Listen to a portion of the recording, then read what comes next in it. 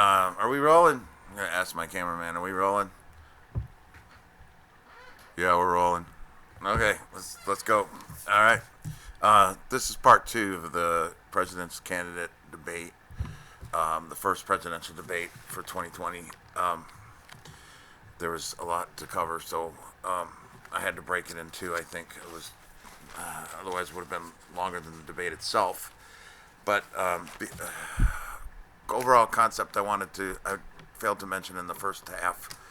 The A lot of comments were made about Chris Wallace favoring Biden, which I didn't really see. Honestly, for a few reasons.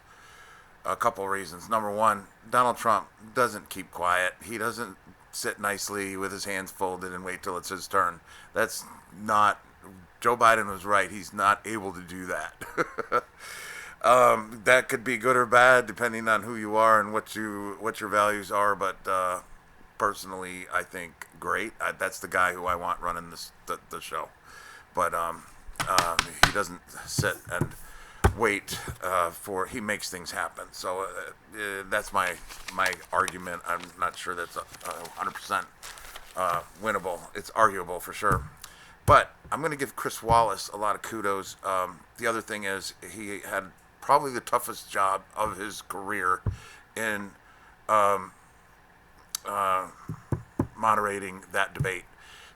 So kudos to you, Chris Wallace. I just haven't seen enough Chris Wallace bias on the left or the right to say that he's favoring one or the other. There's numbers that he interrupted Trump like 70 something times and Biden only something teen times. Well, that goes with the territory of moderating President Trump against anyone. So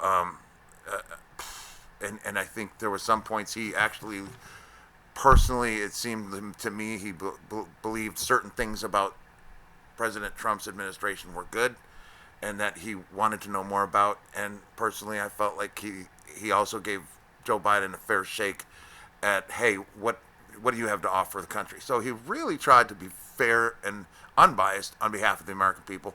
And I thought, who does that in journalism nowadays?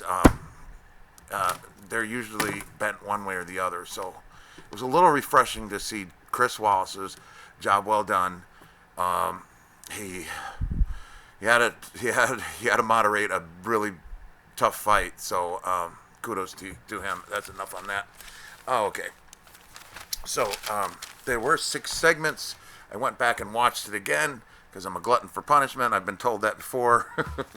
But anyways, so the first segment, the best I could tell, was basically about the Supreme Court nominee, and it got into some healthcare questions. The second topic or segment was about COVID-19, and the third was about the economy, and we got into budget and Trump's taxes, which I don't know why we didn't talk about Biden's taxes, well, I'll get into that. My cameraman's fired. Okay. So, whoa, epic fail. All right. Yeah, you're fired. Oh, I'm talking to me, not you. All right, I just hired my cameraman back. This is all I got. The fourth segment was, budget and no, I'm sorry. The fourth segment was about race and racial tensions and division and whatever. You know the drill. You've been watching TV just as well as I have, or the news or something. You can't live in America and not hear about it, or run into it very difficult not to. So race was an issue or the topic for segment 4. Segment 5 was law and order, best I could tell. Segment 6 was about Trump and Biden's records, and they both had some comments about that. All right. So, we're touching base back on the first segment. I liked the president's answer that, hey, elections already happened. We're in an election now, but that's not a good enough reason to delay the nomination for Supreme Court for the next president. That's not what his job is. His job is to nominate the Supreme Court justices for his term. He's like the president said, he wasn't elected for a 3-year term. He was elected for a 4-year term. So fair enough for me. The To me, like, the election for this nomination started in the 2016 election, so that's already been decided. So sorry, Joe, no go with your answer.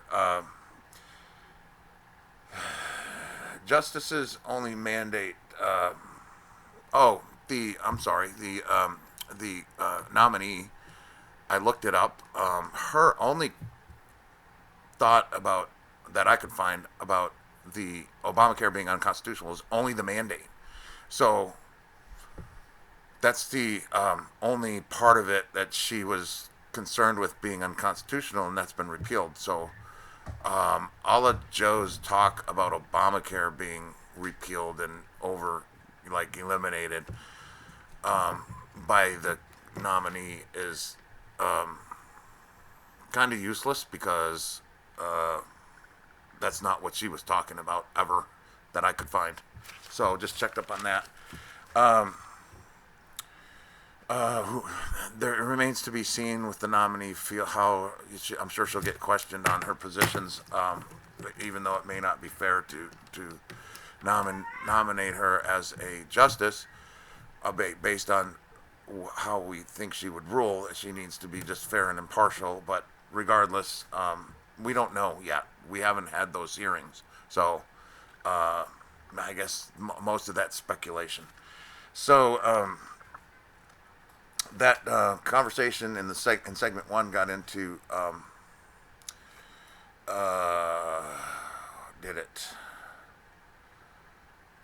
let's see here, where am I lost my place. Well, I think segment 2 is on COVID-19, so let's talk about that. First of all, Joe was calling this recession Trump shut down his economy that was doing great, and why would he do that to destroy the economy? Like, I didn't follow why Joe Biden was presenting the argument that Trump shut down his own economy.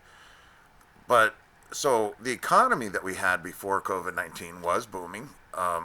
It was there's different aspects you can look at and debate, like Obama, Trump, and some things like job gains. Obama had more job gains in his last 3 years than Trump did in his first 3. I looked that up, and that was true, by about 1 million jobs. So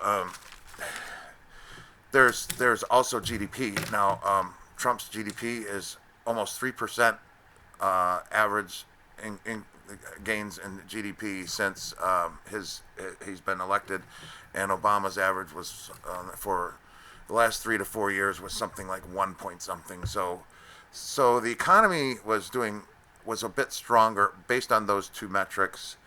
And then how many more jobs can you get once the economy was already headed in a positive direction when Obama left office?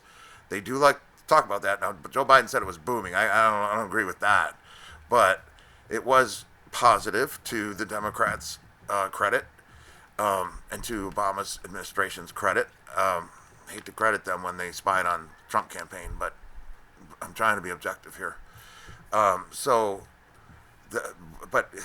You can't continually get like the same job gains and GDP gains every quarter or every semi-annually or every year. At some point, it starts to taper off. So I just make that point that while Obama said there's got to be a magic wand to do what Trump did, well, there's that. But Trump did it, and evidently he's got the magic wand as far as GDP growth. So, and bringing jobs back to America, which was a real strong campaign promise that I feel like Trump lived up to. Okay, lowest unemployment rates. Like, you can't get too much lower than the lowest we've had ever. So, there's a certain amount of returns you can get by making more effort, but it starts to taper off at some point. zero, I mean, zero is the limit, right? Zero unemployment. So, best ever is pretty good. Let's go to. So I didn't understand why Joe Biden was talking about Trump shutting down the economy, his economy, and then it was Trump's recession. Okay. Nobody in their right mind would call the COVID-19 shutdown, not knowing what it is and not knowing how it affects people and how sick you can get and how quickly you can get it, whether or not it's fatal or not, whether or not any kind of experimental drugs or anything would combat it. That's been an issue. So whether or not the testing is going to increase the number of confirmations or the number of infected people that we've actually counted.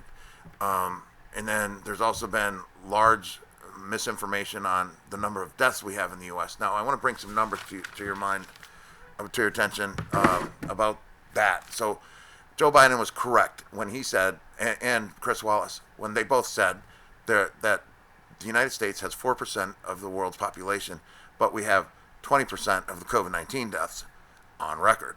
Okay, now, one of my arguments would be, we called it everybody that died for any reason, whether or not they've ever been tested before or after dying for COVID-19, we called that a COVID-19 death in some areas, if not everywhere. For the first while, it was like, mark it down as COVID, mark it down as COVID. That's a COVID-19, that's a death. Like, that's the virus. Okay. Not everybody that dies is dying from the flu or the virus or, and then we also had the CDC come back. The reason I question the 200,000 deaths in America, it's now 203,000, unfortunately, is because the CDC, under its own admission, went and looked at the data that it had for the United States COVID-19 deaths and realized that only 6% of the number recently, like I think in July, only 6% of those deaths were straight only COVID-19. So we have 20,000. 200,000, I'm sorry, I sound like Joe Biden now. If you have 203,000 and you take only 6% of those, we get 12,180. Okay, that changes the numbers that Chris Wallace and Joe Biden were talking about. What also changes the numbers is, I took a look at and posted on Facebook, China has only counted one death. One person died in China, according to their numbers, their records, from COVID-19 since May 1st. Okay, either they're lying or that's one hell of a lucky country, and it happens to be the country where this all started. So I don't think so, China. Like, you just lost credibility there, as if you had any in the first place. But research China and try to understand with an objective mind, open mind, what's going on in China. I don't think that it will make you feel comfortable that the Chinese people are being managed anywhere humanely at all, like, especially from an American point of view, where we have freedoms that God gave us.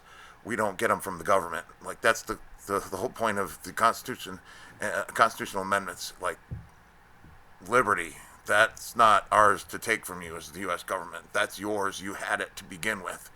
So anyways, and then I'm going to throw in my plug for the USA being the best nation on earth to offer that to its citizens, that concept. That's why we win independence and liberty, why we have it. Like, that's something to believe in, and I think that's something that's in America's DNA. Americans, like, that's what we hold. That's what we hold dear to.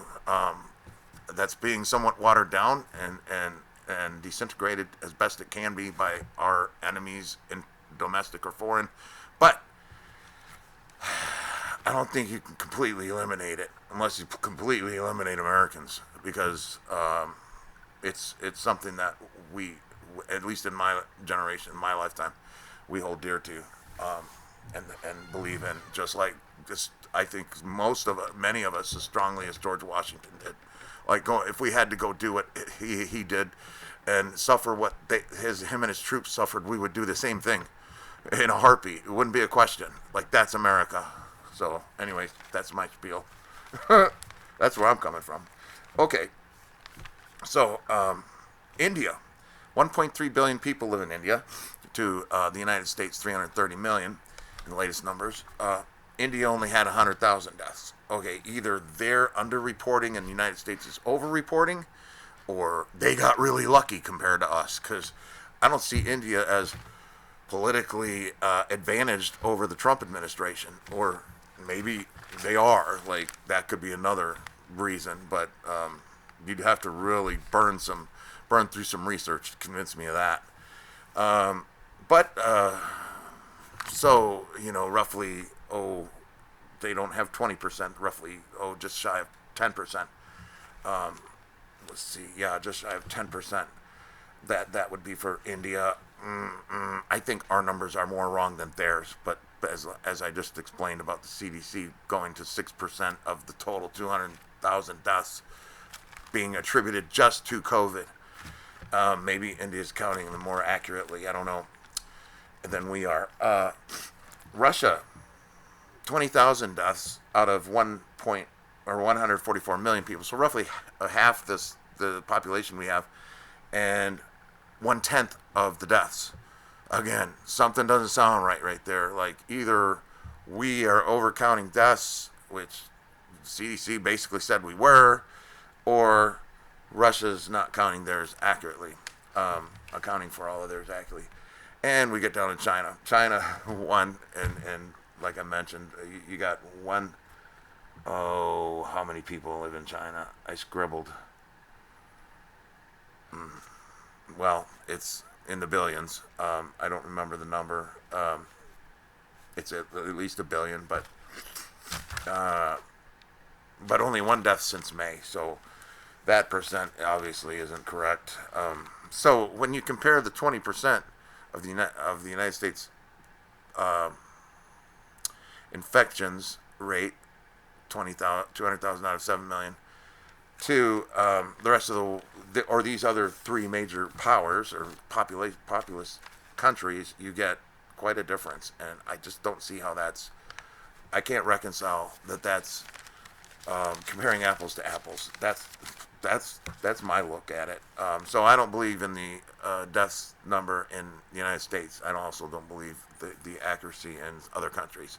So it's really hard to say if we only have 4% of the population and 20% of the COVID deaths in the world. Like, I don't know how to say if that's accurate or not. I don't think we have a way to determine that with the data we have.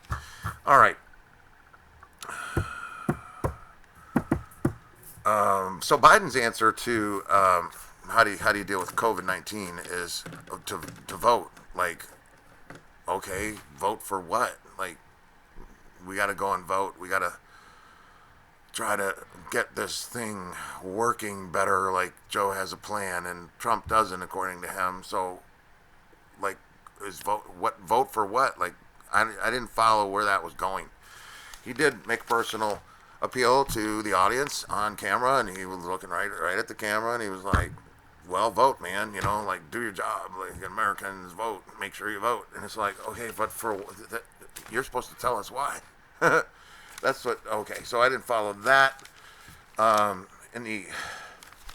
See if I had other notes back here. I'm sorry, like, I got pages, I watched this twice, so, punishment to do it 2 times. Okay,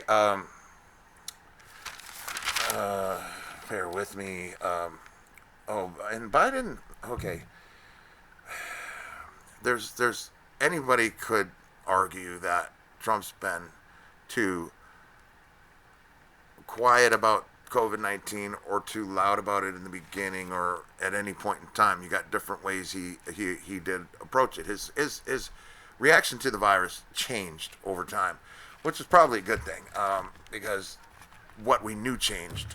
So Biden's looking back as, he's got the armchair quarterback position and he's calling all the shots like he would have done something different, like he knows it so much better. Well, of course you do. You get to talk about it in retrospect. You don't get to make any of the mistakes, but you get to capitalize on all of the mistakes that were made and say you could do it better. Like, I don't think that's how it works, Joe. But on that, Joe was talking about how his argument for the masks. Okay, I'm gonna try to show a graphic about masks, a couple of graphics, because you want to hit a nerve with me. Mandate me to wear a face mask in public always. Like, why? Because you'll see my support for that. They're not. They're mostly a warm, comfy, like a warm and fuzzy. They're not really doing effective work to protect you or other people from the spread of the virus. That sounds like I'm disagreeing with the whole world. Well, I am, because the CDC put that out on their website. At least they did for the flu, and they did 14 randomized studies and found that hand washing and mask wearing did not substantially or significantly decrease the infection rates of the influenza. And then I'll also say that COVID-19 is about 1/10 the size. Their sizes range pretty substantially, but COVID is 1/10 the size of roughly of the flu. So I've had people come back at me and say, well, you know, various things like you can just various arguments about why they feel like I would be wrong and they would be right. But like anything, and you could blame me for the same thing. We all of a sudden have 330 million experts on masks. Some want to wear them and some don't. Well, if you really want to protect yourself from a deadly, fatal plague or pandemic, I think you need to wear a hazmat suit. Nothing less. So, and then I have data that shows Sweden never wore masks and did mandates for the general public and kept things open, and everybody's living their lives as much as normal the old way as they can. They did a couple of mandates, but nothing like we did. And California did mask mandates and had tremendous increases in infections and deaths. So Tennessee also had tremendous or substantial numbers of infected and deaths with mask mandates for all the public, for people wearing out in public. So now there's a bunch of other variables. Obviously, I don't have a science lab here, and I haven't proven this beyond a shadow of a doubt either way. But if the CDC director is telling Trump, like Biden said, we're going to have 200,000, Biden said this, that the CDC director said we're going to have 200,000 more deaths by the end of the year, and half of those could be saved just by wearing a mask. That's not true, man. Why are you spreading that? That's crap, dude. Like,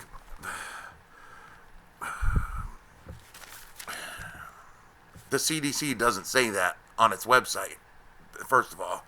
And the director may have a, politically and profit motive to backing to make those statements, but I don't think they're accurate. I don't think that's scientific. I think that's what he feels like when he gets up in the morning and he wants to tell somebody. Like, I think that's his personal agenda. I don't prove it's not. Like, please, you're affecting 330 million people right now. Like, good or bad. Like, and then there's also plenty, like was brought up in the debate, which I'm glad it was.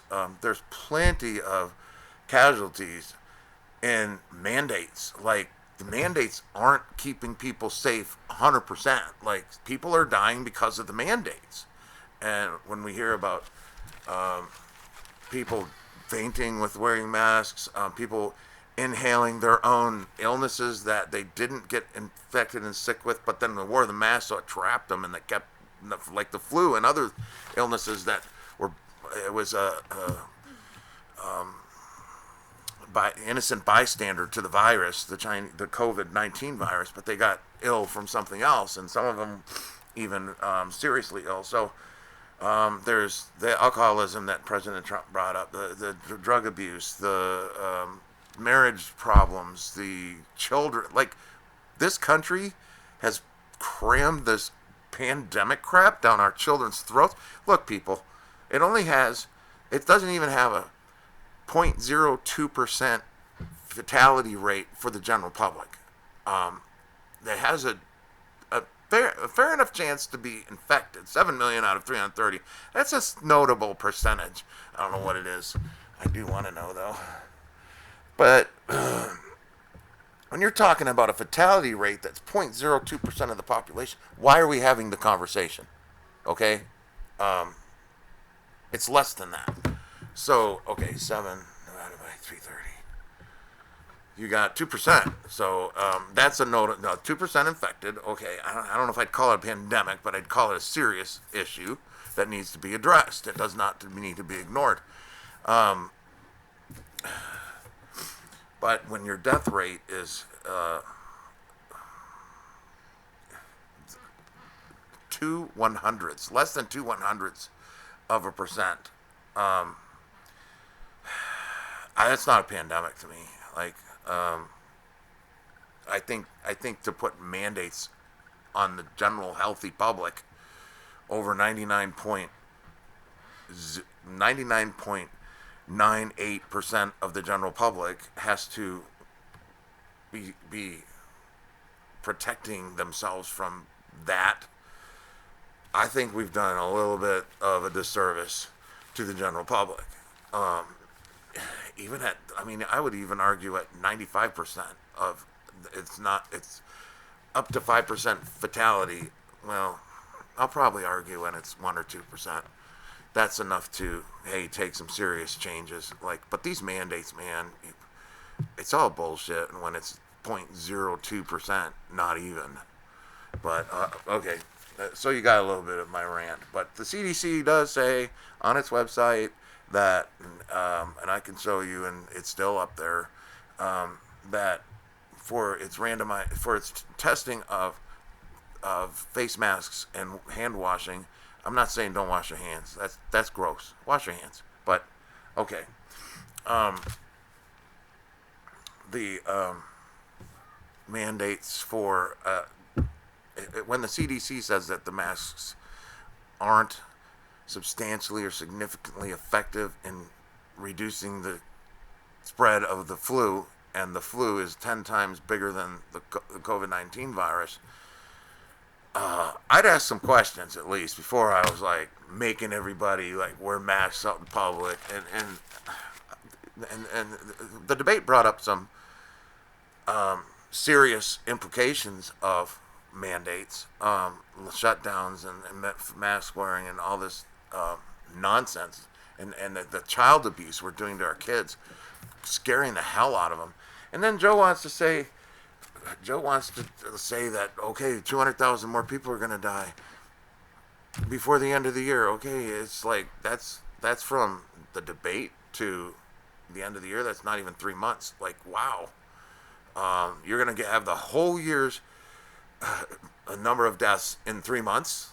Oh, that's, to me, fear-mongering. And the 200,000 we have right now is only 6% of that, or rough under 10% of that is true COVID-19. So what are you talking about, Joe? Like, now I want to say, if I'm going to argue that Trump was too underplaying it or undermining, now I'm going to say you're overplaying it. Like, and all Joe's discussion about that was really inaccurate and I think misleading, because he wanted to say that Trump didn't know what it was in February. Well, that's not true, because Trump did the China, shut down China travelers into the U.S. in January. So I think he was taking steps before Joe thought he was taking steps, which means Joe doesn't know what he's talking about. And he said that Trump didn't know what he was talking about. So come on, man. That you like to say that, Joe. Come on, man. Know what you're saying. You're in a presidential debate, for the love of God. That's and then we're going to have 200,000 deaths by the end of the year. Come on, Joe. Joe did say that closing businesses has hurt us. I agreed with President Trump. I thought, at least in that concept, he said that people need help. Okay, we don't need the government's help like Joe wants us to. Joe and the Democratic Party profit and are financially, economically, and power trip motivated to have victims in the citizenry of the United States of America. Because the more the victims they have, the more they can promise that they're going to fix the victimhood that they're dealing with. Okay, Joe, we're Americans. Okay, we're not Americans. So get over yourself. Buy American. Yeah, the government. Joe was talking about his plan would be if he was president to buy American. He was going to create all these jobs, and that was his answer to raising taxes, trillions of dollars. We're going to make jobs. Okay, Joe. Okay, that's an age-old political soapbox that never really works out, because when you raise taxes $4 trillion or whatever the number is in your plan, I think Chris Wallace said $4 trillion, and you basically shut down people's ability to incentivize economic growth in the country, because you're taxing the hell out of them. And then, yeah, people will need help, but I don't think you're going to create enough jobs to make up for that tax increase. And on top of that, why would we want big government growth just for the hell of it, when people can live without it, and we don't need all this crap that you want to add to our budget? Why would we want to do that when private industry can do it better, and people can do it better on their own taxpayers, and be more free to spend their money the way they see fit, not the way Joe Biden sees fit? I don't like it, man. Basically, I've never liked Democrats wanting to tax. Like, let's add all this government fluff. You need it. No, we don't. Okay, we already have enough stuff in America that's giving us a free and a life full of liberty.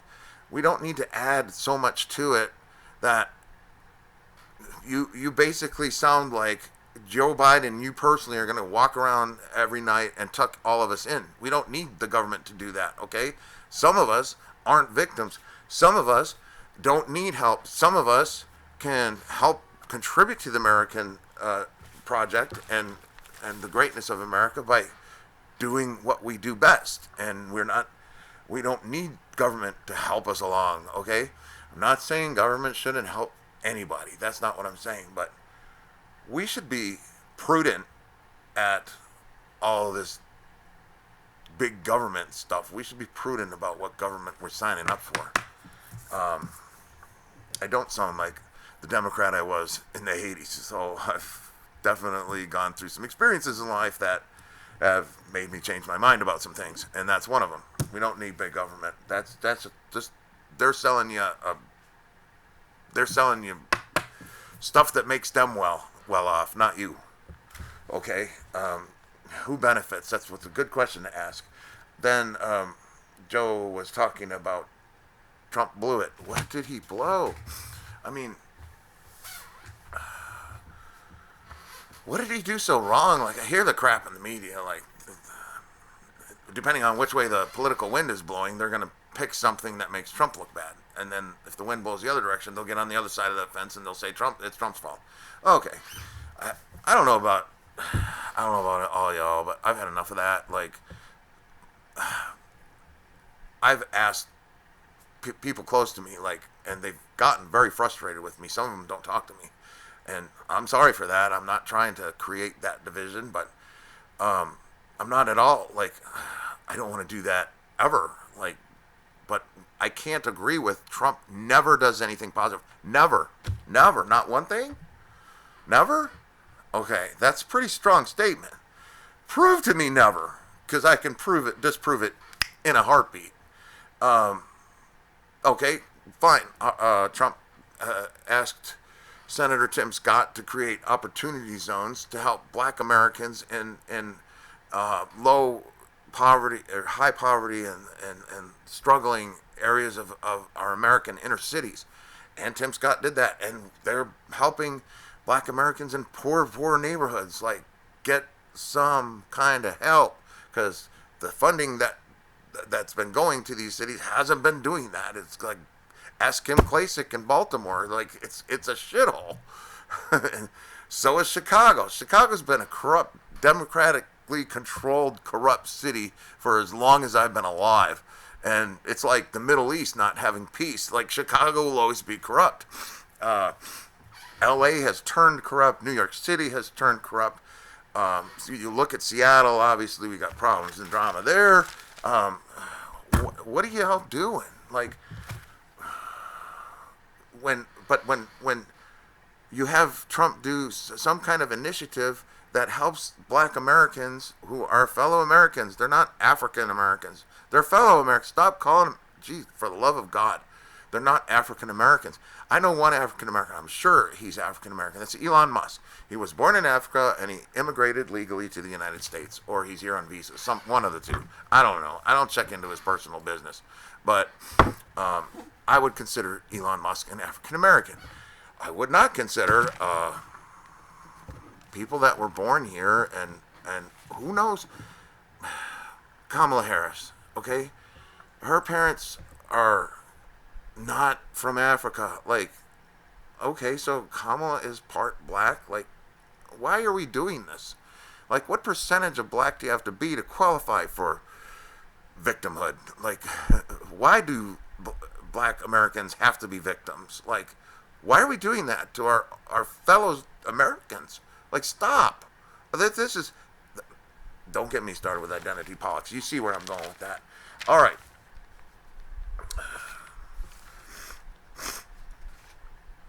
Oh, it was funny when Biden said that Trump did trade deals wrong. I'm like, really? Read his book, okay? Do some reading, Joe. Trade deals, okay? NAFTA was not, like, we were bleeding money. I don't know why, for Democrat favors or something. It's not hard to believe the Hunter Biden stories in China and in Ukraine and in Russia. Like, Joe was on mic saying things like, "Oh yeah, we're gonna do this. Got to turn out favors for it's got to work out for my son." Like, come on, dude. And then you want Ralph Nader and the Democrats. They want to set up an impeachment trial against Trump on the same things that Joe Biden's doing. Like, are you stupid? Like, you're making this obvious now, and then Joe turns up to be the VP or the presidential candidate. It's like, you guys are shooting yourself not only in the foot but in the ass too. Like, really, does that feel good to you guys? Like, okay, but so NAFTA, China, there was with Canada, there was over 200 million or I'm sorry, I don't know the numbers. 200 something percent tariff Canadians were charging Wisconsin for milk, like tariffs to export milk to Canada. Trump fixed that. Like 200. Who made these deals? Like, so okay, Trump's putting his foot down, and all these other countries are like, we don't want Trump, we want Biden, because Biden won't make them pay, like, or stop making us pay, whichever is the case. So I'm sorry, Joe, you don't get Trump doesn't know how to do deals, trade deals. That's probably one of the things he does best. Oh, Biden saying Trump's a clown a few times, and then this person, like, okay, you're losing credibility when you do that. Instead, on the same token, when Trump says certain things like, I'm the best there is, like, he loses credibility too. So, okay, I don't think Joe Biden's always a liar, and I don't think Trump's always a liar. Like, we need to stop fixating ourselves on lies when it's not policy issues or when it's just how do I say this, like, when it's just personality and ego. Like, that's not ideal, but we don't have to, like, stop talking because we don't think everything is accurate. Like, I don't like it when people like Trump say things that aren't credible. Okay, stop doing that. Okay, for example, I'll give you an example. I don't think we saved 3 million lives in America. That was the narrative from the press secretary of the press briefings in the White House, that we've saved 3 million. You don't know that. I don't think you ever can know that. It's not like we died and resurrected them. Like, don't make stuff up, okay? Even if they're models, okay? The models are garbage in, garbage out. You can make a model to show you save 5 billion lives. Like, stop. saying those things. You don't know. The problem is that the mainstream media wants to continually blast Trump for everything being his fault, and he's doing everything wrong, and people believe it. I don't know why. Like, think. It's on TV. Okay, that's your first clue. But I don't see. I don't feel like it's right to brag about how we saved 3 million lives. I don't. It's not. But on the other hand, when Trump's very, very adamant about keeping a positive frame of mind and a positive narrative at the expense of some clarity, I do want that. Okay, I don't want to be told something because it's what I want to hear. That's not what I'm saying. Be honest and tell us the truth. Like, and there's a struggle with that in his personality. I'll agree to that with anyone. But when you're talking about something important, like how many deaths have there been? Well, as far as we know, go look at the numbers. Anybody can pull it up. 203,000 in the U.S. as of today. Now, how many of those are accurately counted? That's a debate.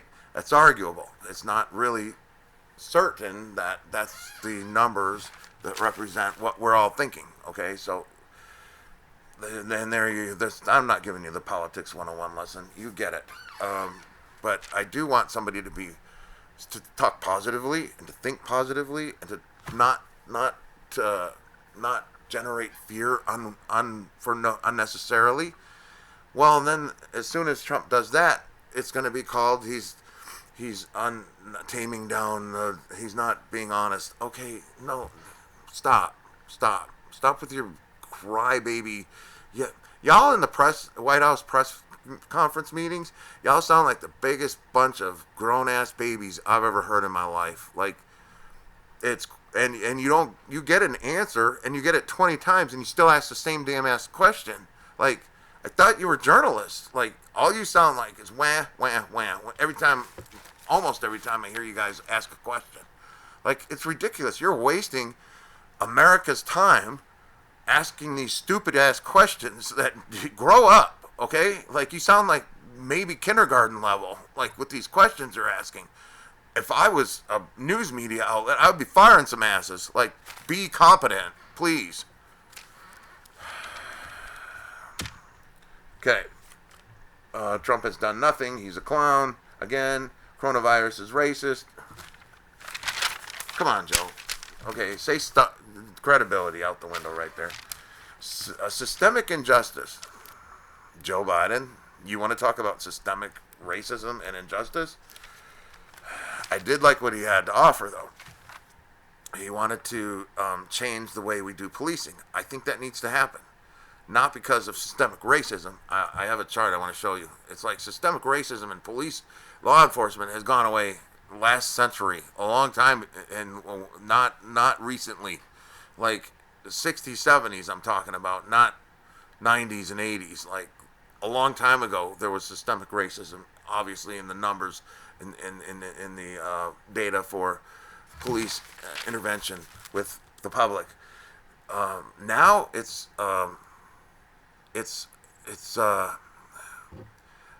undiscriminatory. There's some police injustices, or, like Biden said it well, there's a bad apple here and there, and the police don't like it. We don't like it. We got to fix the bad apples. Like, we got to stop. It's not systemic racism as much as it's systemic injustice to a certain extent, and we need to fix that problem. Joe's comments on that were perfect. Like, I think he did a better job than Trump talking about that. Like, we don't want. The last thing we want to do is get people on the same side to come up with the new rules, like Fraternal Order of Police and law enforcement groups to come up with reforming law enforcement. That's not reforming anything. You really need to go third party with it and really look at what's going on. Hiring policies, and people have helped me with this. There's 6 or 7 key areas where we could take our law enforcement and stop living in the boxes we're living in and change it. And it wouldn't be a substantial change, but it would be enough to substantially change people's lives, people like George Floyd. Now, we don't know who caused his death, the cop kneeling on his neck, or the drugs that were in his system, or both. I think when we all watched that, myself included, and I'll say this even to today, he should still be alive. I mean, if he'd done something wrong, that's fine. There's a justice system to take care of that. It's not cop kneel on his neck and then you're the judge, jury, and assassin. Like, that's not how we do things in America. Absolutely not. So I don't want to say that it was only George Floyd's fault. It wasn't. It was obviously not George Floyd's fault that a cop was kneeling on his neck and then he dies during the week. We watched this guy die by the actions of a police officer. Like, that's horrible. I don't want to see this crap on TV or on the internet anymore. But I don't want to pretend it doesn't happen. Joe's right. Let's reform law enforcement. Now, Joe, why are you talking about the same things that Republicans want? Because I don't know if all Democrat voters want that. You wouldn't tell by CNN because they don't talk about y'all. They don't represent Democratic voters are not represented well in mainstream media because they're sitting there saying peaceful protests with bombs, things exploding, fires going off. Not bombs, I'm sorry, or maybe I don't know. Who knows? The clashes. They call it social unrest. No, it's riots. It's really, really unrestful. It's not peaceful. It's very violent. So I don't think Democrat voters want riots and violence. Except maybe some. Silence is violence and all this crap. Like, no, you're doing the same thing. Okay, either you're talking and you're violent, or you're silent and you're violent. Like, violence is violence. Okay, why do we want that? Or why do we want to say the other guy's doing that when clearly on TV or in these videos, you can see both sides being violent. Let's stop. Sensitivity training. That usually said by the government means something else. But you have different things that you want to incentivize the law enforcement and actually help them, support them, add people. Maybe if you have other people that are psychologists, they're not wearing badges, not a threatening force, in a escalated situation, maybe in some cases you can get some results by changing the way you do business in that area. You don't just send 10 guys with guns and badges. Like, that could turn a bad situation worse quickly just by how it looks. But not always. Okay, but we could do some things better. Violence is not acceptable, Joe said. I agree. President Trump agrees, but he doesn't agree that it's the right doing it. Like, look on these videos. Like, riots are not. Look, I'm anti-racist and I support Trump not because it's the man. I support the idea of making America greater and doing what we can to make it better. Like, but I'm not sitting here going, gee, how can I go out and take out some Democrat voters? Like, that's, or whatever. There's no need to do that unless we're at war. Well, stop pushing war. Like, I don't see Trump supporters going out bitching about some political problem that they're not getting equal treatment for, black or white, going out and burning stuff up and stealing from stores and calling it a protest. Like, you're just thugs and criminals out there at this point, okay? Like, and Joe said they need to be arrested. Okay, good. Like, that's not the narrative we've been hearing from the left. So I think President Trump's right. He probably did lose the left. If the left feels that way, like, yes, reform law enforcement, stop violence, arrest people,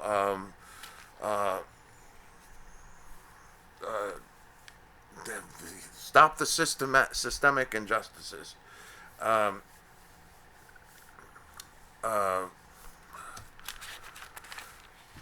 Joe talked about what people feel like.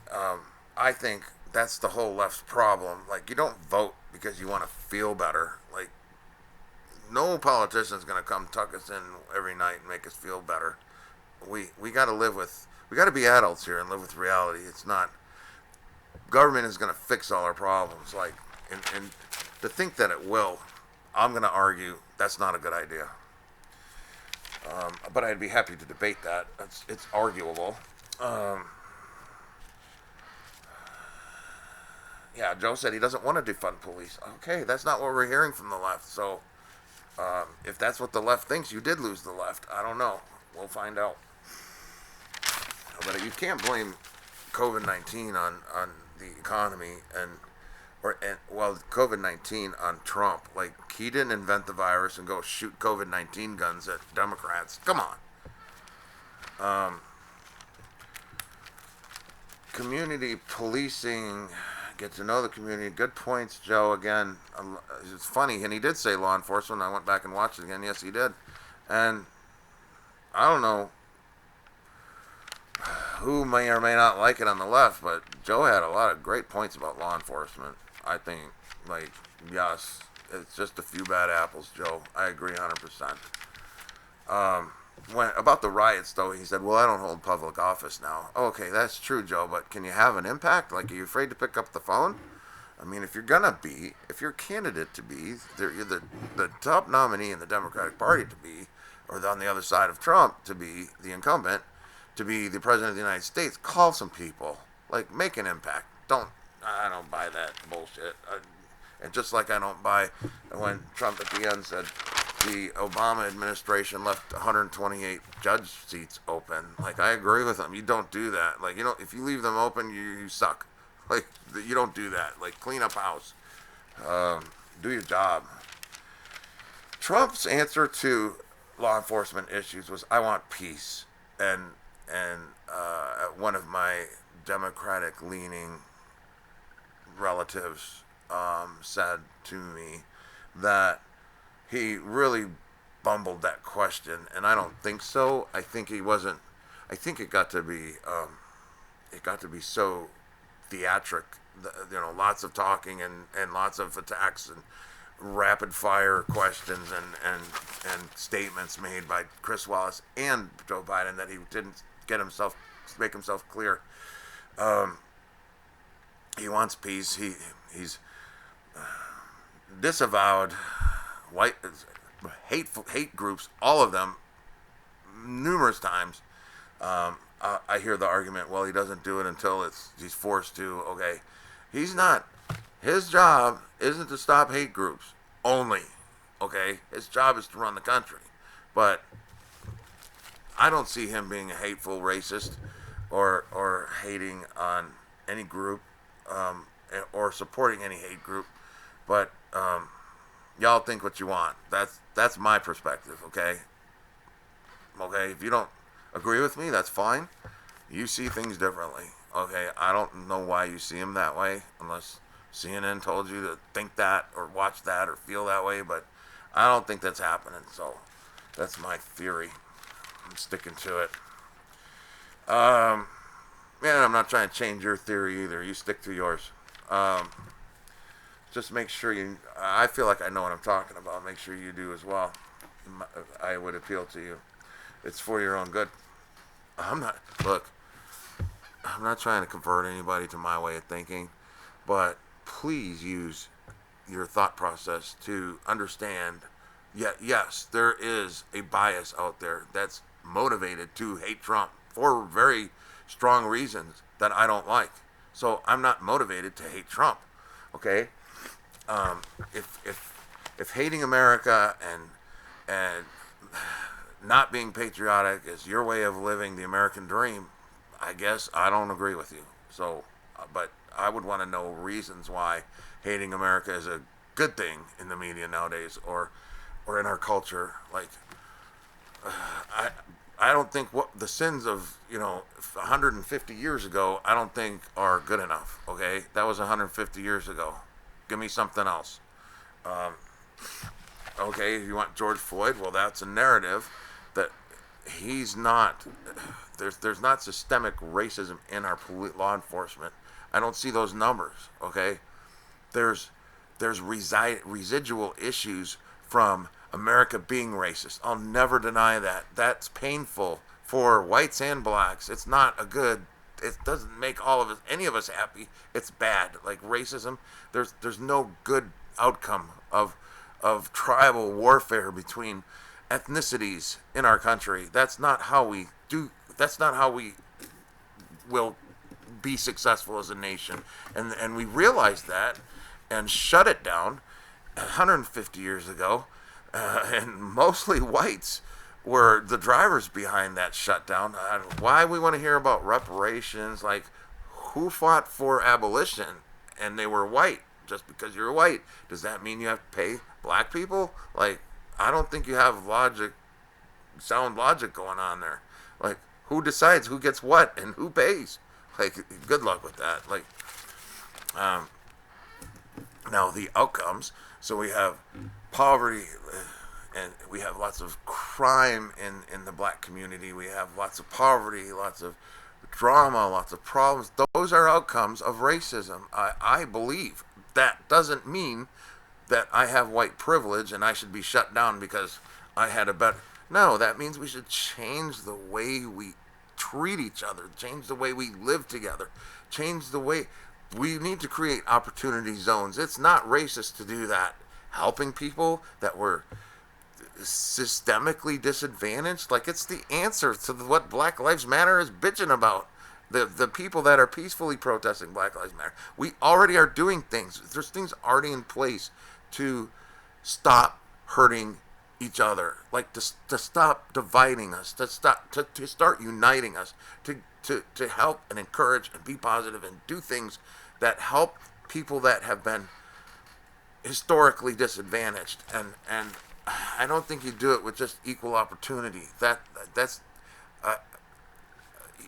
you create opportunity areas where it affects people no matter the color of their skin, in other words, but primarily it will impact positively Black Americans. Go after, like, stop using skin color and go after the areas that need help. And if they're primarily Black Americans living in that area, well, good, okay, do that, but stop seeing color. Like, stop calling white privilege and Black Lives Matter. Stop. Why are we talking about it still? I agree with Morgan Freeman. Stop talking about it. Stop talking about it. Stop using race as a predefined rule to all our rules. Okay? I think that's where both Joe and Donald Trump want to go. I'd like Joe to stop saying racist things, and to me that spells that's like you're wired racist, Joe. You got to stop being wired racist. That's the whole point of systemic racism. Like, stop doing it. Stop participating. He just come out with some more things. He said the reason that we had food or whatever through the COVID crisis when we had shutdowns is because black women stocked store shelves. Like, Joe, that's ding, ding, ding. That's racist. Stop. You got to stop the way you think, Jack. Like, come on, man. Your own words. We don't do that shit anymore. Somebody send him a memo. We were done with racism. It's not okay, Joe. I've been all over the map, I think. They can take care of it if Trump leaves them alone. That was him talking about law enforcement. Okay. Trump pours gasoline on the fire. I think you could say that from that perspective, if you're on the perspective of the left, because there's bleeping up so much crap in America that, yeah, it looks like National Guard's coming to shut us down. Well, don't rob stores. Don't burn down cities. Don't destroy cop cars. Like, don't hurt people. Don't protest in the street unless it's for breast cancer, because I do that. Change the way you're doing things, and maybe Trump's not pouring gas on your fire, because, yeah, he's going to, when he did the 10 years for knocking down or destroying federal statues, that stopped. Like, oh shit, we don't want to do that. No kidding. Really? Like, now is Trump causing division? Come on. You gotta question these people's where the motives, man, where they're coming from. I do. And I even question Trump's some as much as I need to. I feel like, and if I don't, bring it up. But don't bring it up if you hate Trump, because I don't want to hear that crap no more. Like, you just hate Trump. That's your problem. That's your mental illness. I don't want to participate. If you're being objective, trying to be balanced, talk to me about what, like I said, I don't like everything Trump does. He's not perfect. He's human. All right. He caused a recession. No, he didn't. He just golfs and he doesn't. No, that's not true either, Joe. I mean, I think it's true that Trump golfs more than Obama. So, okay. I don't want to make excuses for Trump. Okay. I don't know why the difference. I don't know if it's true recently. I don't know how he finds that much time to golf when before he was sick with COVID, he was doing a rally a day somewhere in the U.S. Random cities, like 24-hour notice. Hey, we're going to Pennsylvania. Okay, we're gonna do a rally there. Like every day, and then he's campaigning on it at night and running the country during the day. When is he gonna golf? I don't think that's true recently. But another thing, I agree with Trump. The president is, you got people coming at you from the rear, just firing at you constantly, trying to undermine you. You got people coming at you from all sides, and people coming at you from ahead of you, all trying to just be hate-driven. Let's destroy him. How the hell are you supposed to get anything? You want to expect him to do as good as he's doing? Like, that's the kind of energy he needs to be every day, and he does it. So I don't understand you haters, how you can find solace in hating Trump and then expecting him to perform. Like, you don't get to do both. I'm sorry. That's not how it works. Brazil's rainforests, okay, they've determined that a lot of that was people doing that, not climate change. But Joe didn't say climate change. I'm glad he didn't, because I would have been very upset. People were destroying Brazil's rainforests. It's been proven. Okay, I think I'm through all my notes. You'd be happy to hear. No, I'm not. I'm through most of them. I think I have one little short section left. Please bear with me. I have to do this by notes because there's a lot of stuff that was covered in the debate. A lot.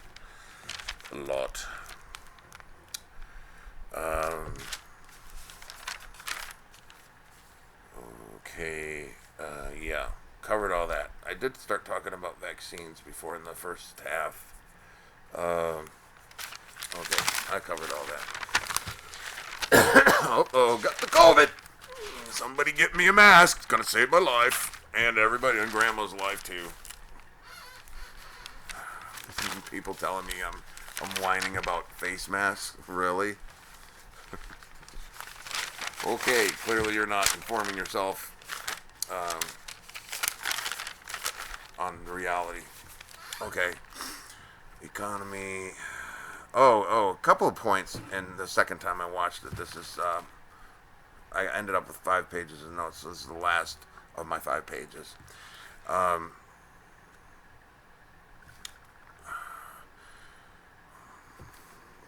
sorry, bear with me. We'll get my bearings. Oh, yeah, I mentioned that the justice nominee only opposes the mandate, which was reversed or eliminated, so she doesn't oppose the rest of Obamacare. That I could find in research. Yeah, halfway through this last bit of notes. Biden said he will eliminate Trump's tax breaks. Okay, first of all, Trump's taxes. I don't know why we're so hung up on Trump's taxes. I think you really want to find something wrong with Trump to keep bitching about his taxes at this point. But first of all, he doesn't have to reveal them to the public. That's always a courtesy. It's been reviewed and researched by the election committee that Trump doesn't have anything that sticks out that should be a problem for being president. And he's almost done with his term, so I guess it's a good issue to debate for the next term since he's a candidate. But I think you can argue both sides of the Trump's taxes, and we haven't heard anything about Biden's. So what really concerns me isn't that Trump made money. First of all, Chris Wallace brought up 2016 and 2017, his first 2 years in office, when he donated all of his salary to charitable causes of his choice every time he gets paid. And he's donated more money than any other president in the history of the United States of his salary. Trump gave up a life of luxury and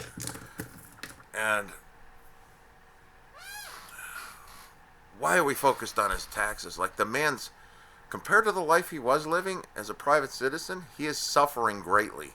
Like, he's not doing this to make himself rich. He's actually making himself less rich by being the president, by serving the people. So I don't follow the whole logic of trying to pull his taxes apart like vehemently for 4 years, and then find out, well, he did pay $38 million in taxes 1 year and 17, I think, another year.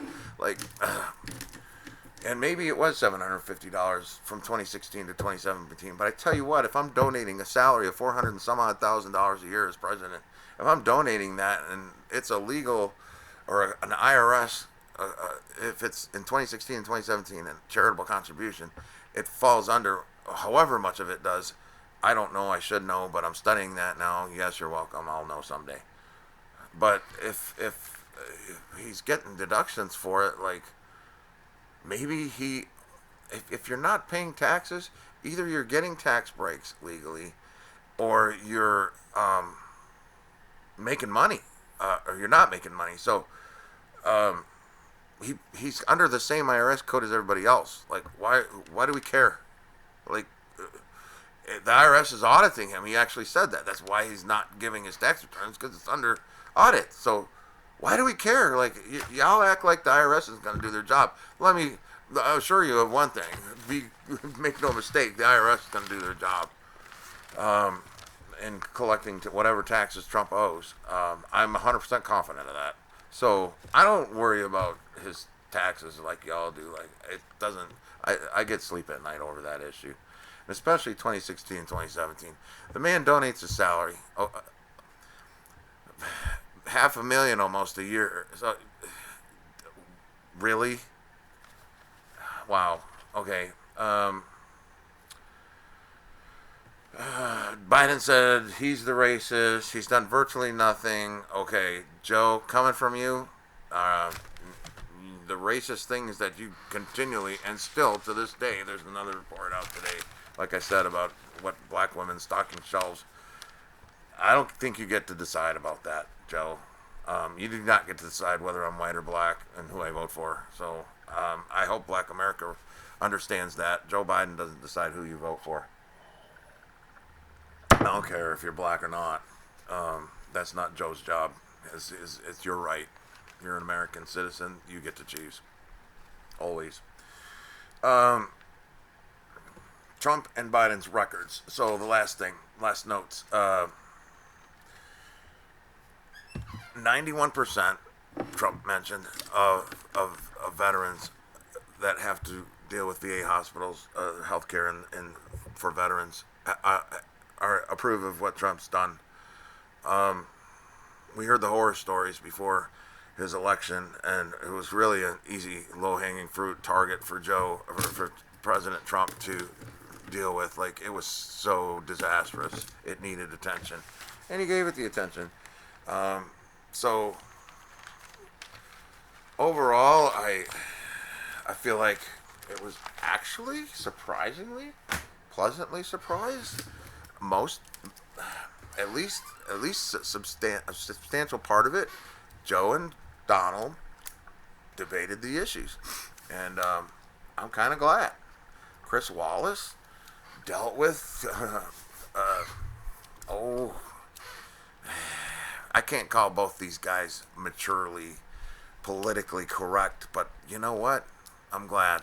I'm actually glad. I don't like a shit show, which is kind of what it was. It was called by a lot of people, and it felt like, for the most part, as far as I'm concerned.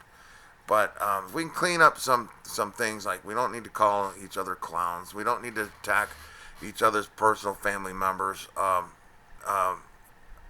Outside of when you go to the Ukraine, and if you attack the current sitting president about, try to impeach him based on fabricated facts of fabricated information about him doing quid pro quo, but you're caught doing that on tape, on microphone, live, like, not hidden, with Ukraine, and you're doing this for your son's benefit.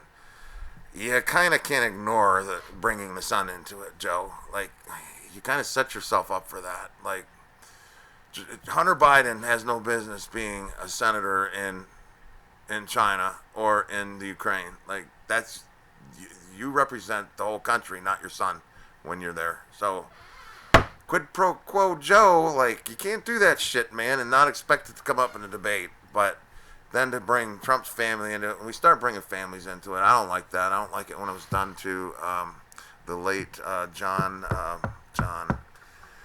oh, who was the guy? John, I want to say John Glenn. No, he was a representative of Ohio, an astronaut. John McCain.